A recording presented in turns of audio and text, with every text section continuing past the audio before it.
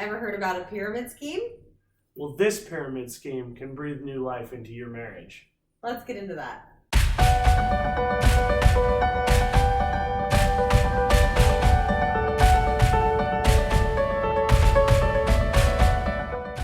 Hey everybody, I'm Nathan Warnock. I'm Andrea Warnock. And you are listening to us on Marriage Monday on the Marriage by Design channel. So Marriage Monday is a show that we get to do every Monday where we talk about doing marriage by God's design and some practical ways that we can better make our marriages line up with His design for marriage. Right.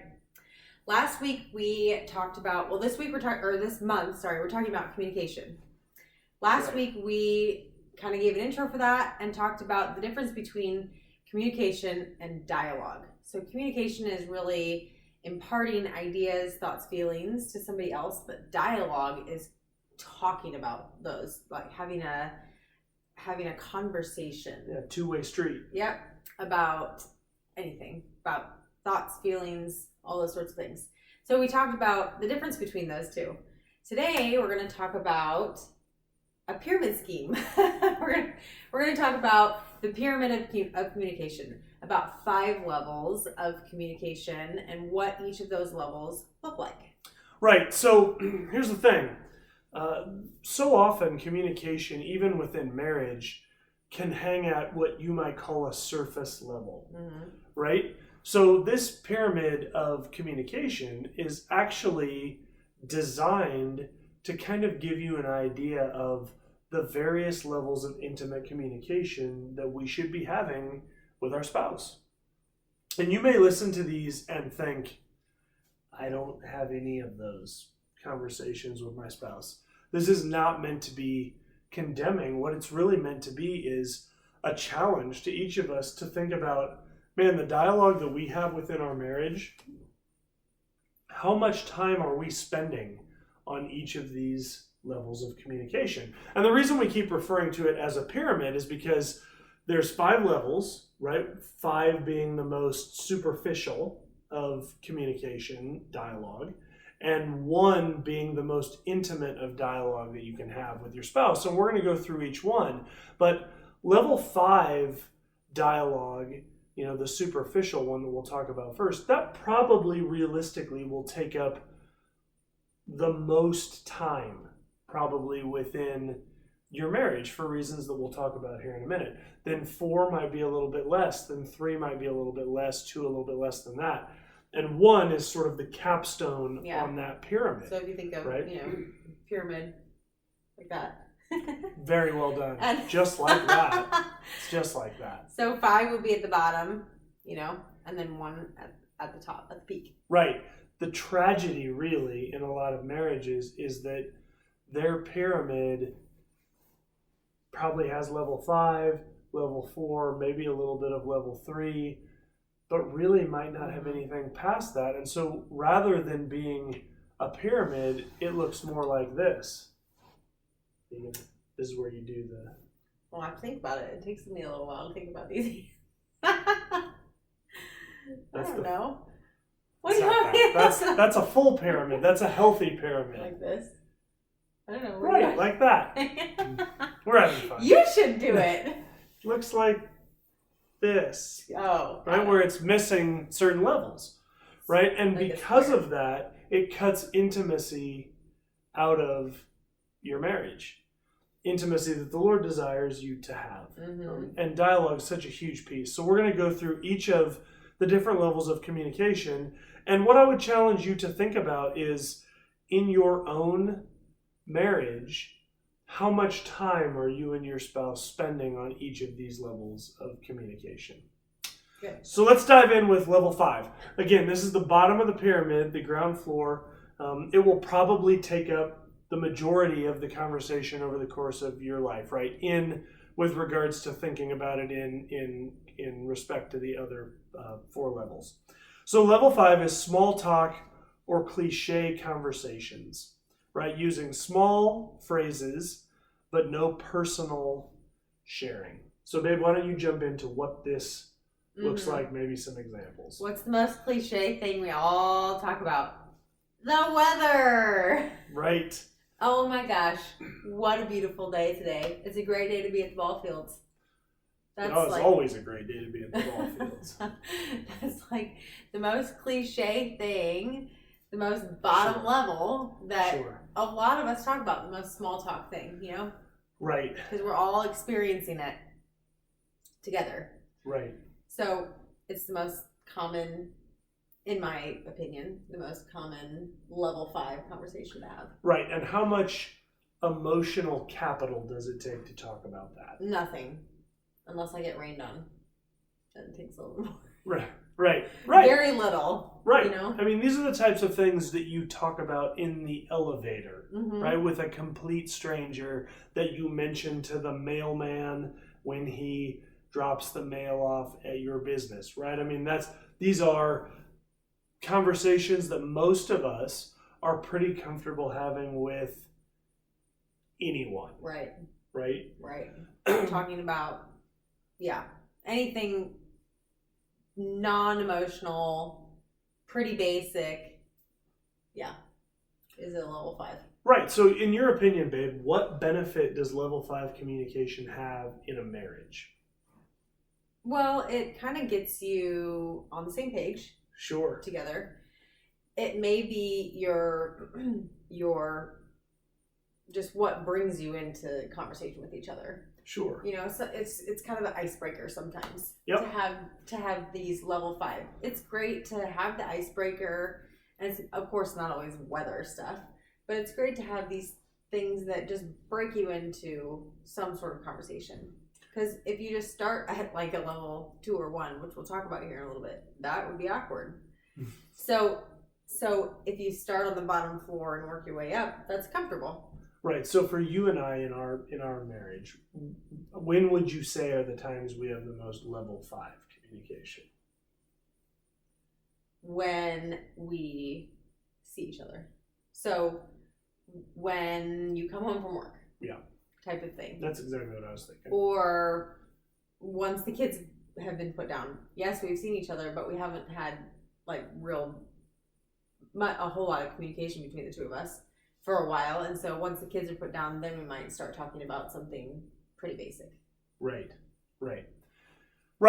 Yeah, I mean, I would agree with that. I'd say that probably is the most for us. So what's the danger in a marriage of staying at level 5 communication too long, allowing that to take up a large amount of your conversation and your dialogue? Danger of that is that you lack depth. So if you're staying at that level 5 or level 4, you're really lacking a lot of depth of knowing the other person and of being known. Yep. And then you're also maybe running out of things to talk about. So if that's ever been something that you've experienced, which there are definitely times where we've run out of things to talk about, but it's rare. Yes, it has happened. But it's really rare because we don't stay at that level 5 and 4 all the time. So if you run out of things to talk about as a couple, or if you are afraid in marriage, maybe you're not married and it's something that you're fearful of, then maybe that's because you don't know the upper levels of communication, or you don't often experience those, or whatever. So that can be the danger, is that you run out of things to talk about and that you lack really a depth of knowing the other person. Yeah, and I would just piggyback on that by saying that the real danger of this too, I think, is that we do have this kind of communication with pretty much everyone, right? So it's really easy, if you spend too much time in this area, for your spouse to start feeling like the mailman or the Taco Bell drive-through attendant or whatever, because they see... I didn't realize you talked to our mailman and the Taco Bell attendant every day. So often. Well, not Taco Bell that's every other. Anyway, so I mean that's the danger, and this may be this would be, if you're someone that's feeling like, in my marriage, I feel like my wife cares about me the same as she cares about the mailman or the Popeye's chicken drive-through attendant. if you feel that way, and I was in that position, so I can empathize with you if you feel that way. What I would challenge you in is really listen to the next things we're going to say, and really try to get to a deeper level of dialogue, because that may be the key that really unlocks your heart with regards to your spouse, so that you don't feel that way anymore. All right, level 4, reporting the facts about others. We tell others what someone else has said, but still no personal sharing. We're just reporting the facts. So, babe, with regards to level 4, give some examples of that, and maybe a few examples of the difference between level 4 and 5. Because I think some people can go, well, small talk or cliches, what's the difference between that and reporting the facts? So level 5, again, I think is more of everybody's experiencing the same thing. It's generally, we're all in this same experience together, like the weather. Level 4 is, reporting the facts about others, what somebody else has said, but no personal sharing. So I'm talking about somebody else's situation. I'm saying, hey, Janie told me today that she's pregnant. And I love Janie. And she's so excited, and she's due this time and whatever. That would be a level 4. Everybody's not experiencing that. That's not cliche talk. I don't have that conversation with my mailman or the Popeyes chicken. Let's not. See, I don't think we need to. We should get to know a real man, but anyway, it's more talking about somebody that I know you know, and giving you some information about that. Yeah, right. Yeah. So in our marriage, what form does a lot of this reporting the facts about others take? That's exactly kids. Right. That's right. Oh, Jackson did this. Ryan said that. It was so funny. Right. All that sort of thing. Right. Yeah. And if you have kids, you probably can relate to that, right? I mean, a lot of just necessary conversation that we have to have as couples is, this thing happened to our family, this thing happened to our child, this child did this thing to our other child, those types of reporting the facts conversations. Right. So for us, when generally does these types of conversations happen? I think around the dinner table. Okay. Sometimes. It's after we've had the icebreaker of, hey, how's your day at work? Oh, it's good. That kind of thing. I would say, generally kind of when we're around other people. Yeah. I mean, our kids are around, maybe. It's not something that level 4 is not something that we save for when nobody's around.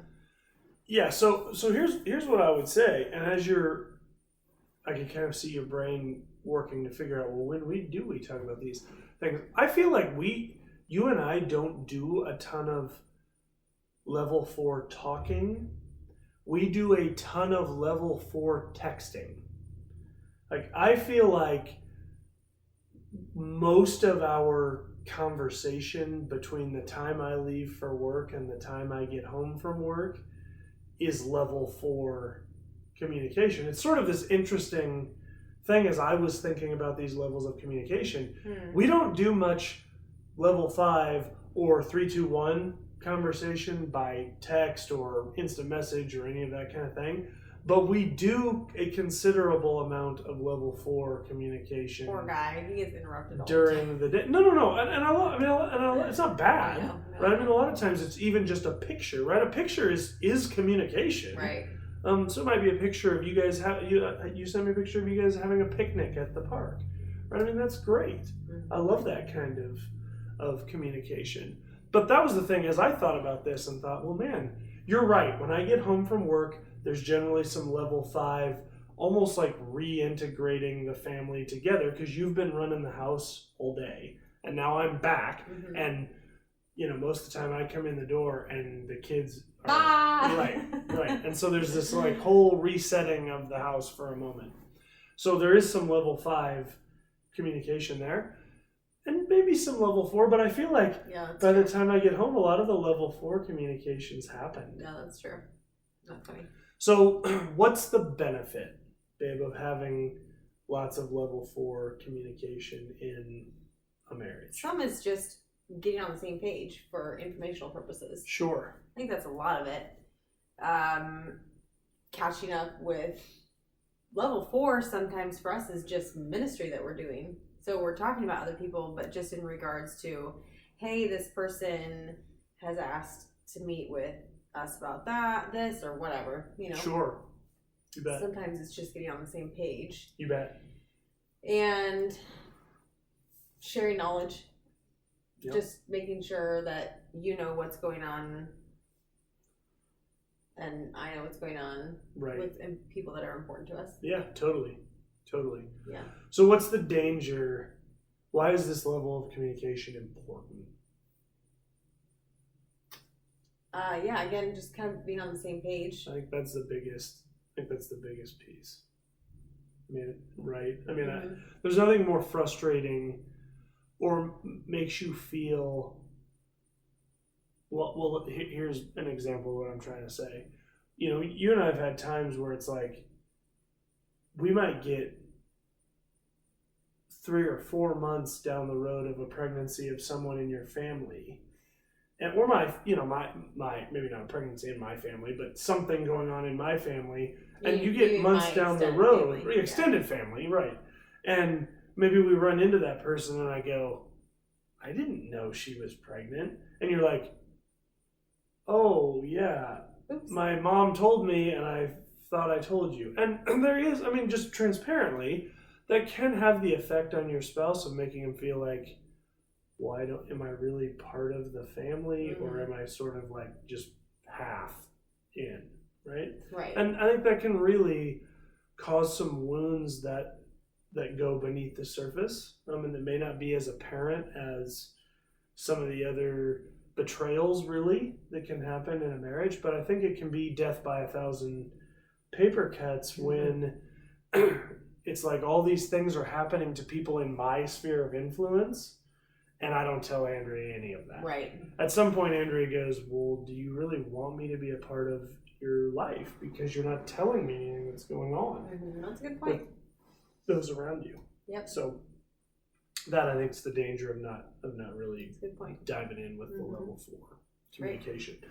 So level 4, sharing about others. That's sharing about, reporting facts about others. Now, level 3 and 2, and really 1, but 3 and 2 specifically sort of flow off of that. And we'll kind of talk a little bit about how that looks in our marriage. So level 3 is sharing ideas, opinions, and judgments.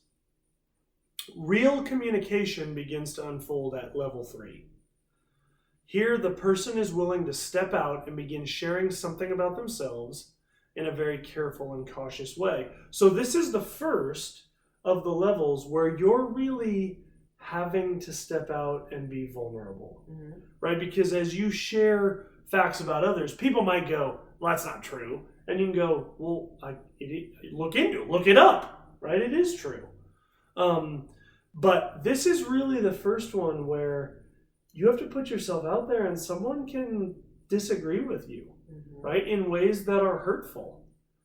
So, that is kind of level 3. So babe, expound on level 3 a little bit. Sharing ideas, opinions, and judgments. Right. So level 3 can be a little nerve-wracking because as opposed to level 1 and 2 or 5 and 4, there's nothing really to disagree about. Right. Or for somebody to not be in agreement with you on, because they're just facts. Right. That'd be weird if somebody was like, hey, how about that weather? And someone was like, there's no such thing as weather. Right. That's not really a thing. Right. So level 4 and 5 and 4, you're right. That's right. So level 3 gets into, being more vulnerable because it's something that somebody could disagree with or challenge you on. So sharing ideas, opinions, and judgments. I'm trying to think of an example to give that's not like current events that we're all hearing about anyway. So maybe use an example from our lives, right? We come home, you've shared a story about Jackson that happened during the day. Yeah. So I might say, Jackson has done this thing, and I just don't understand why he chose to do that, and it's really frustrating to me, and I think this should be his discipline and all that sort of thing. So I'm sharing, yes, level 4, but I'm also giving what I'm thinking about it and my judgments of the situation and my opinions on how it should be handled. Sure. And that gives Nathan the opportunity to understand, try to understand how I'm thinking and where I'm coming from, but also, if we're passing that ball back and forth, put his input in as well. Right. And enter into my level 3 communication as well. Right. This is also the first area where couples oftentimes shy away from it because it can become confrontational a little bit. And if you are someone that absolutely wants to avoid confrontation at all cost, it's going to be really hard for you to enter into this level 3 communication, because even facts and opinions that aren't necessarily super emotional things, sharing them opens up an opportunity for someone to disagree with you. And so as we enter into level 3 communication, I always want to caution couples to just recognize that this is a vulnerable place to go when you start sharing, and voicing opinions and feelings and judgments. And so to respect that in your spouse, and make sure, even if you disagree, that this is where the dialogue part starts coming in, right? Being able to say, okay, I listened to what you said, and I think I hear you saying this, right? Is that correct? Right? And they're able to say yes or no, you're not understanding what I'm saying. But then to be able to say, okay, I think I agree with this, but I disagree with this, and here's why. See how it's more now than just saying someone communicating their opinion and you communicating how you feel about it. That's how things get escalated and people get really injured in marriage, I believe.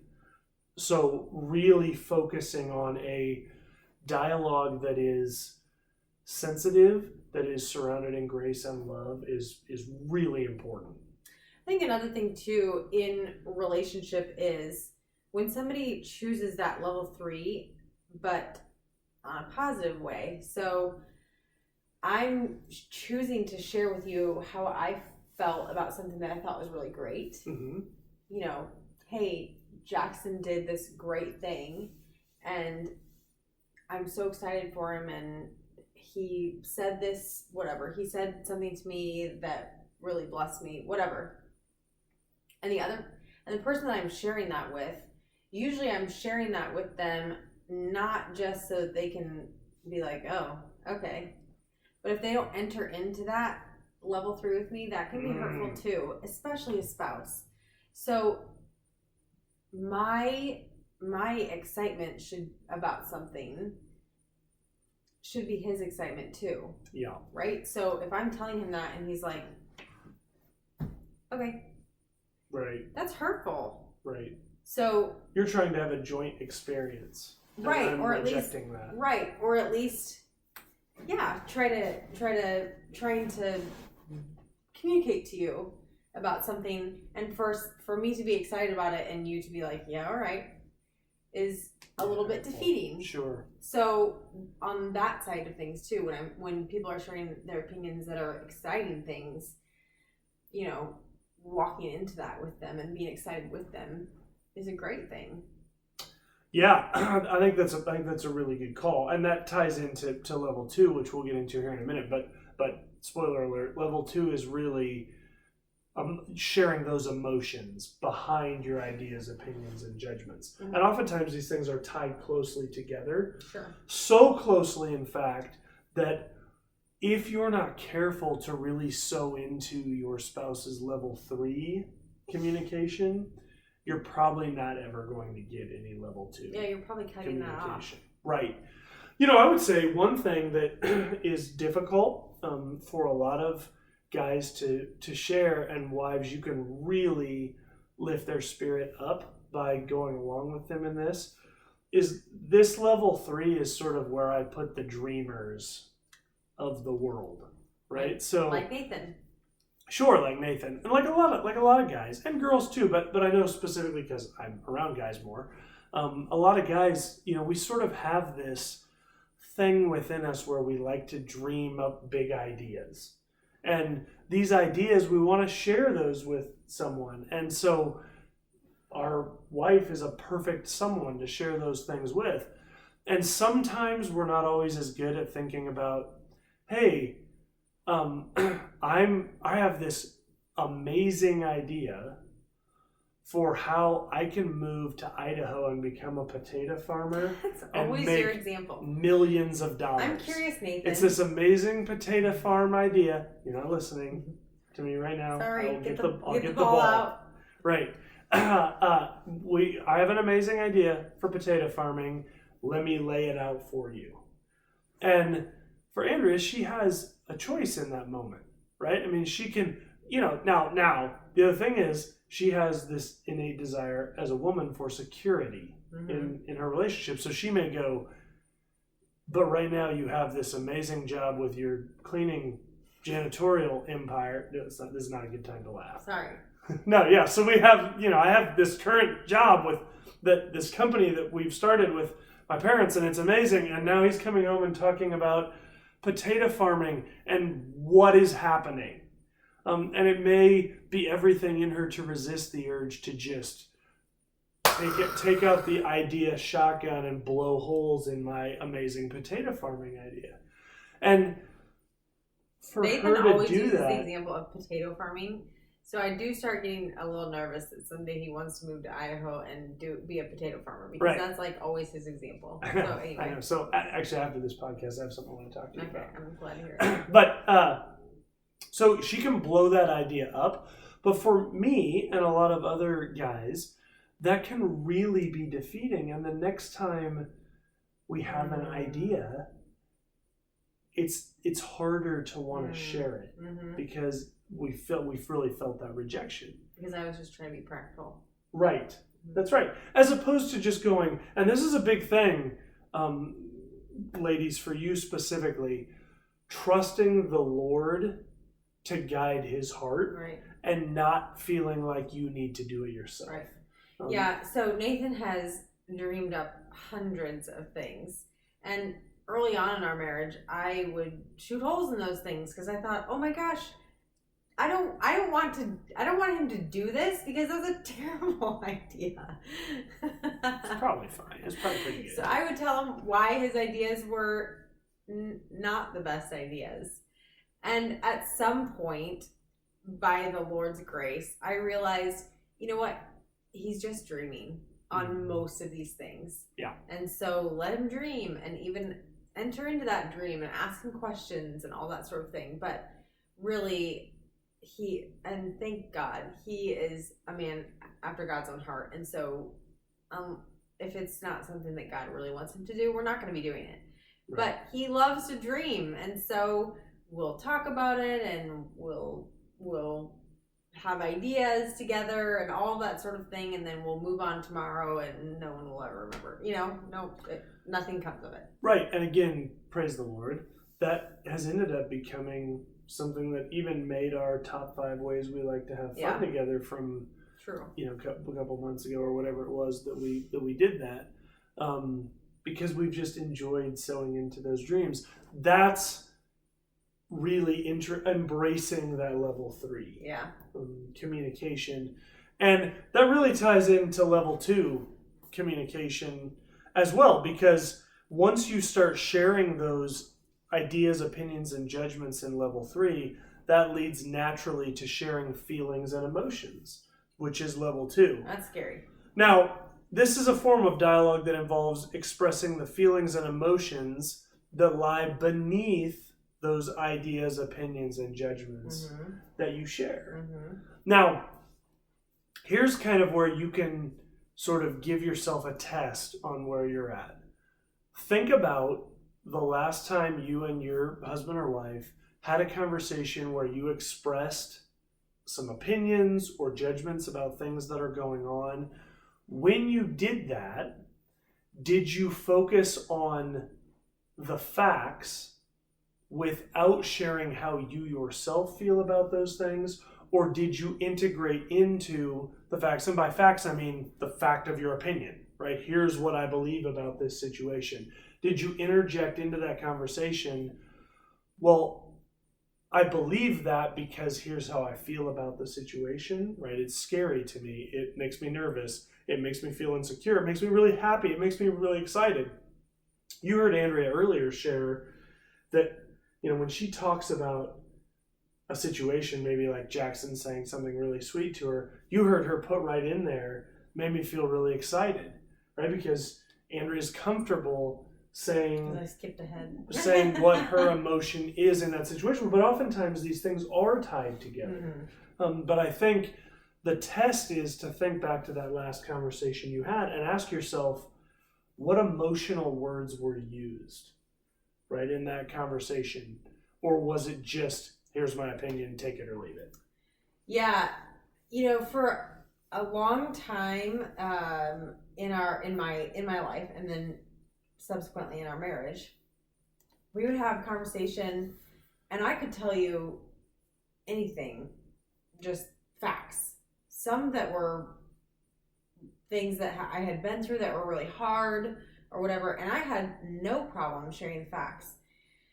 And then I came to a point, and I think I've shared this in another episode, but I came to a point where I swear this ties in together, but I started realizing that having a conversation with one of Nathan's brothers was really hard for me, and I couldn't quite pinpoint it for a while.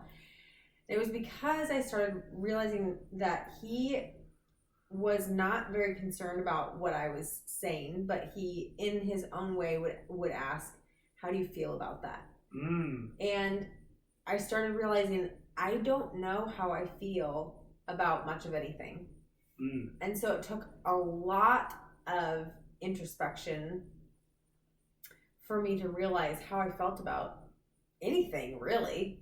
And then that brought out a whole new side of me and a lot of new conversation for Nathan and I to have, and his brother and I to have. But it was so good that God was able to use his brother kind of as a catalyst for me understanding really who I was better and being able to communicate and dialogue about that better and all that sort of thing. So this level 2 may even be something that you're like, I don't even know how I feel about certain things. And I would really challenge you, because if you don't know, you can't share that. That's right. So I really challenge you to start digging into that. Yeah.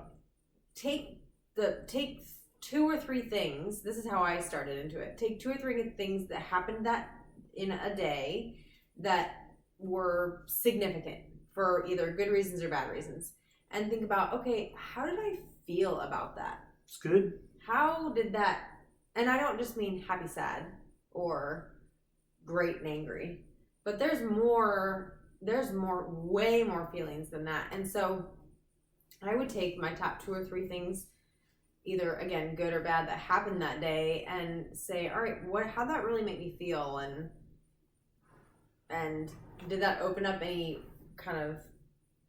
anything that I want to dive into a little bit more, and all that sort of thing. So that's kind of level 2, and you can't share those obviously with your spouse or anybody else if you don't know them yourself. Right.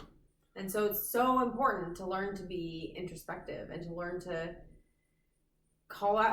really call out what those emotions are and know how you feel about something. Yeah, this ties in, if you want a tip on this, in this regard, someone a long time ago had really suggested that Andrea and I, and all married couples, spend time praying out loud together. And Andrea and I are not as good at this as we should be. But I will say one thing. You will learn so much about your spouse by listening to them pray. Right? And really, you have to be comfortable getting to level 3 and really level 2 in order to be comfortable, I think, praying together. But praying together is also something that you choose whether it's comfortable or not, kind of like passing the ball back and forth that we talked about last week. The other thing I would say is individually, if you struggle with your spouse just knowing where they're at with something emotionally, give them freedom to be able to say, you know what, I don't know how I feel about that. Let me think about that and let's come back together and talk about it. Right? And have freedom to share that, because the problem is what happens if you don't have level 2 communication when you want it is the individual that's really craving that starts thinking you're holding out on them. Right? That's how I felt for us for a long time, is I thought, well, you're having all these deep emotional feelings and you're just not telling them to me. And eventually we got to a point where you were able to admit, you know what, I just don't think I think about a lot of those things. Yep. And that was really freeing for me, because it allowed me to go from a place of thinking, well, she doesn't want to talk to me about that, to, okay, well, I can pray alongside you while you think through these things, and I can pray to the Lord because the Lord created her, and so He can give me insight into who she is and what she's feeling as well. So anyway, that's level 2. Babe, any other thoughts on that? Okay, level 1. Then level 1 is open and honest sharing of oneself, complete emotional and personal dialogue. This is true dialogue and where we reach intimacy in our marriage. This level takes time and effort and produces rich rewards.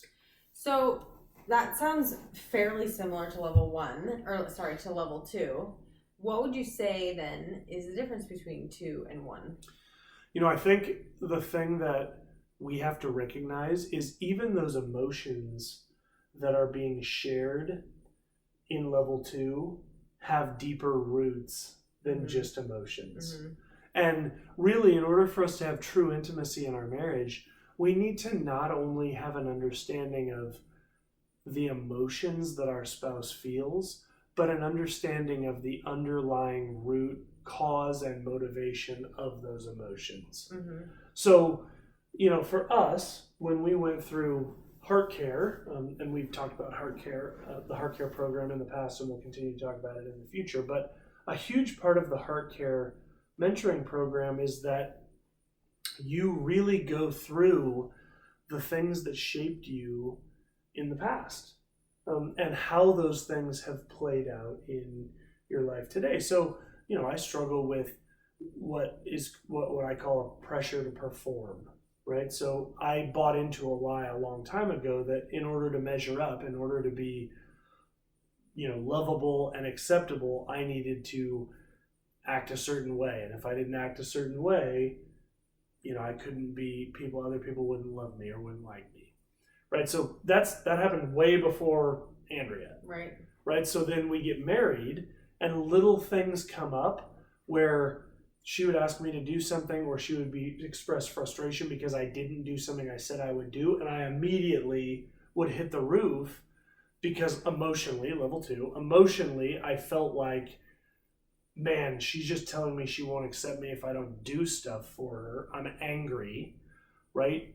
Level 1 is her coming to an understanding that there are things in my past that have led up to that. It's wrong of me to react that way, but when I share those things with her, I'm truly opening up the most deepest, intimate parts of who I am. Right. And she's able to see those things, know who I really am, and minister to that. Yeah, and I would even add to that. So this is a conversation that we have had. So I could say, you have promised to take out the trash, and you don't consistently do it, and that really frustrates me, and it makes me feel like you don't care about the things that are important to me, and that I sometimes overreact in that feeling because I was raised with such an importance put on following through with promises. Sure. And that's something that's a heightened importance to me. Right. And so when you don't follow through on promises, that becomes, a higher grievance than maybe something else. Yep.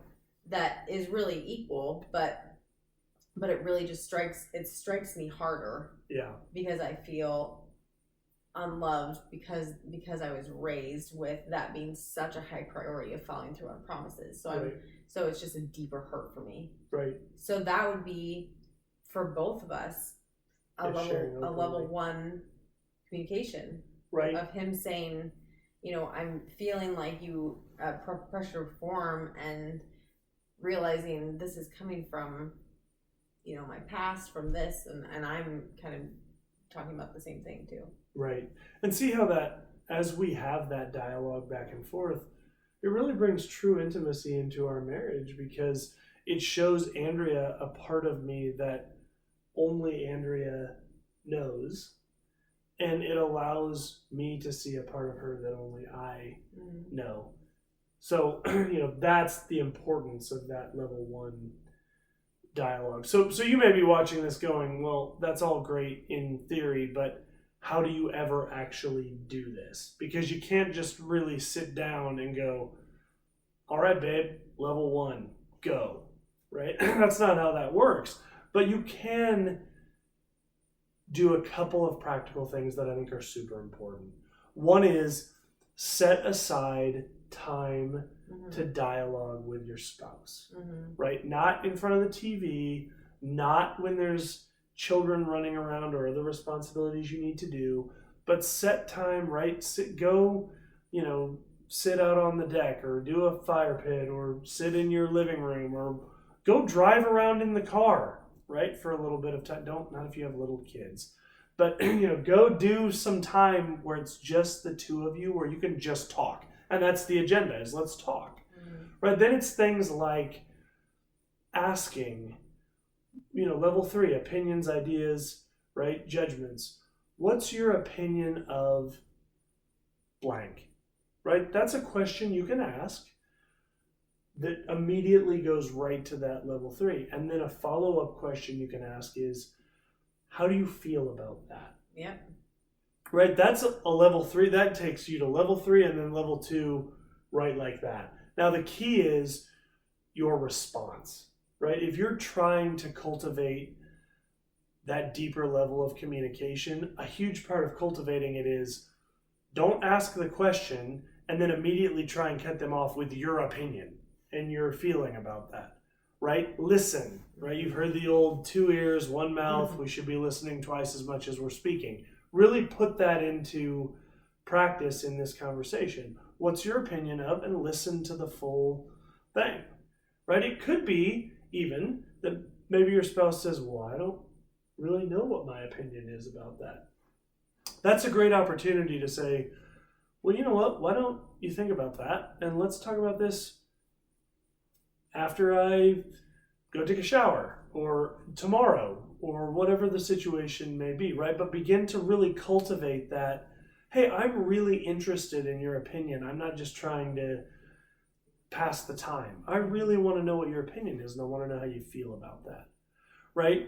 As you begin to cultivate this level 3 and level 2 mentality in your marriage, then you can start to go to level 1. Yeah. Right? As they're sharing these opinions, you'll find, right, there'll be laughs, there'll be tears. Those things happen as you begin to get into more intimate conversation. And at some point, you'll reach a place where you can take the initiative to say, I've been thinking about why I have these emotions with regards to this situation, and I'd like to share some things with you that I've been thinking about. Yeah. Or I'd like to share some things with you the Lord's been showing me. And then you really get into that deeper, most intimate level of communication. But honestly, it's not something that's going to happen overnight. And that's okay, right? It's incredibly valuable in your marriage, and something that's that valuable shouldn't take overnight. to get it right.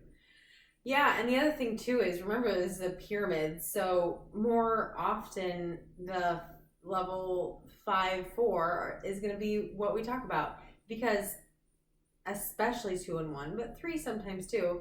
If you flip that pyramid, and put those levels 1, 2, 3 on the bottom, that's emotionally exhausting. Sure. To be talking about those levels. You're right. The majority of the time. So understand that, like, our conversation, our marriage, we don't have a ton of 2 and 1 conversation, because that would be exhausting.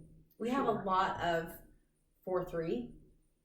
I wouldn't say we do a whole lot of 5, but we have a lot of 4-3 conversation, and then 2-1 is definitely more rare, and that's a good thing. That's an okay thing. Yep. But it happens.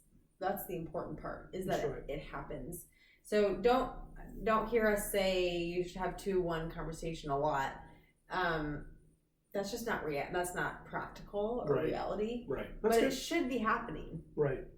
Consistently, whether that's once or twice a week or whatever. Right. Mm-hmm. Yeah, totally. And set aside the time. Mm-hmm. Right. That's something that is within your control. Set aside the time specifically for that purpose. Mm-hmm. Yeah. Awesome. Guys, thanks so much for joining us. Thanks for listening to our pyramid scheme. Really appreciate it. Tomorrow, Testosterone Tuesday and Women Power Wednesday, we're going to continue our series talking about our personal relationship with the Lord. We talk a lot about, the vertical relationship being more important than the horizontal between the two of us. We're really digging into that this month on Tuesdays and Wednesdays, so love to have you join us. Then, of course, Thirsty Thursday and Family Friday, and then we'll head into the weekend. Guys, really appreciate you making this part of your day. And remember, God is for your family.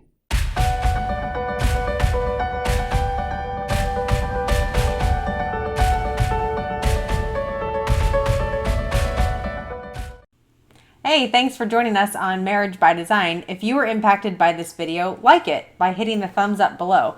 Also, don't forget to subscribe, and once you subscribe, hit the bell icon so you can be notified when new episodes release. Excellent. Also, one of the huge pillars of our show is interactivity between us and you. So we would love you to comment down in the comments below if you have thoughts about this video, or if you have questions or other things you'd like to see considered in the future. In addition, if you'd like, you can email us. That's marriagebydesignpodcast@gmail.com.